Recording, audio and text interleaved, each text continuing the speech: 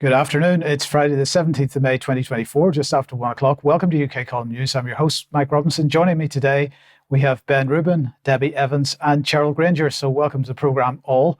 We've got lots to get through today. We're going to get started with the incident with Robert Fico on Wednesday. This was happening just as we were in the middle of Extra. And we saw some of the headlines coming in. It was being discussed in the chat box and so on. But I wanted to look at what's behind this, because first of all, bringing on the Interior Minister from Slovakia, he was suggesting that Slovakia is on the verge of civil war. The gunman shot 5 times. The first information we have is that it was a politically motivated act. But the question in my mind is it politically motivated in the sense of local politics, or is there something else going on? Now, before we answer that question, let's just have a look at some of the mainstream media coverage from the UK. Really, the message from mainstream media in the UK has been, well, he was a friend of Russia, so, why worry about it? So the Telegraph here, how Robert Fico's turned Slovakia into one of Russia's only allies. The country's prime minister is reportedly in a life-threatening condition after assassination attempt. The Financial Times had a similar take on it, but they were sort of harking back to this article from a month or so ago. I think this was April 2024. Pro-Russia candidate Peter Pellegrini elected Slovakia president. So the message is that Slovakia has become a pro-Russia country. This was the Guardian yesterday. He's borrowing from Trump, the rise of Robert Fico, Slovakia's populist leader. So we're getting the message very strongly here that he was a Trump-like figure and therefore not flavour of the month with the West. And indeed, here's Foreign Policy magazine. Russia just helped swing a European election. So the presidential election in Slovakia is being blamed on Russia, the result of that, because the West doesn't like it, and therefore Russian disinformation was what it was all about. Slovakia swamped by disinformation ahead of parliamentary elections, said France 24 back in September last year.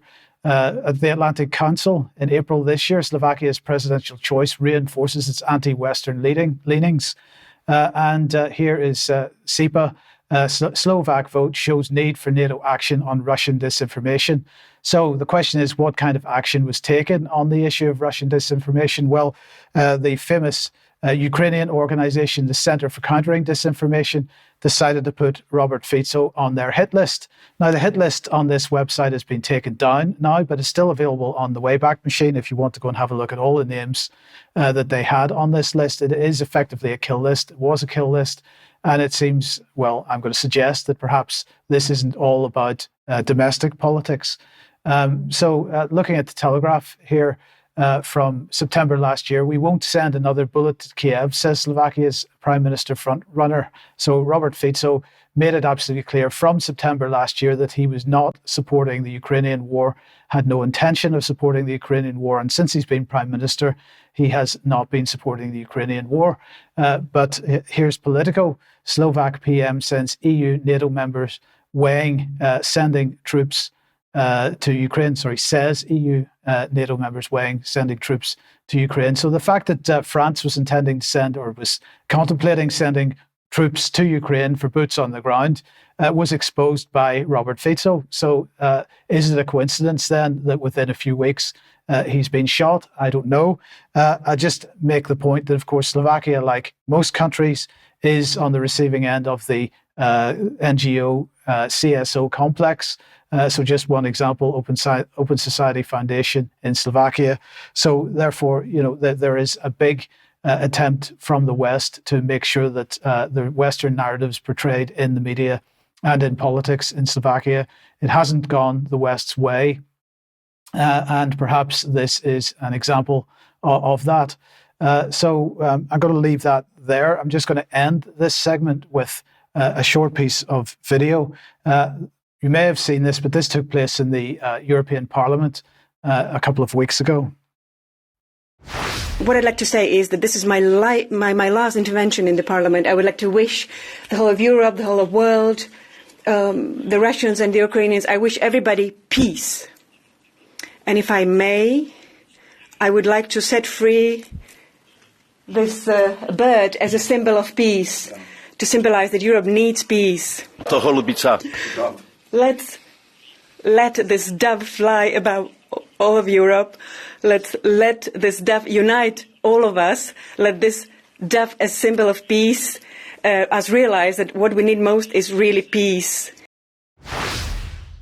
So Slovakian politicians in the European Parliament and at home calling for peace, absolutely calling for peace, refusing to arm the Ukrainian conflict, the Ukrainian side, and exposing the fact that the West is considering putting boots on the ground in Ukraine. So again, I'm just going to say, to finish off, I question whether this was a domestic political thing. But Ben, I don't really want to hijack you here, but one of the things that struck me about this whole thing in the last couple of days is the narrative that MPs are therefore not safe. This is something that we've heard in the UK, but when we and in mainland Europe as well. But when we look at how many MPs have actually been on the receiving end of this activity, it does seem a bit strange that we've got MPs are going to be told they've got to be scared of their electorates. Do you think MPs should be scared of their electorates from a physical standpoint? I don't think that we should live in a world where they should fear for their safety out on the street. But the idea that they should be immune from scrutiny or justice is absurd. And achieving a balance between those two things is absolutely crucial. Yes, indeed it is. So now let's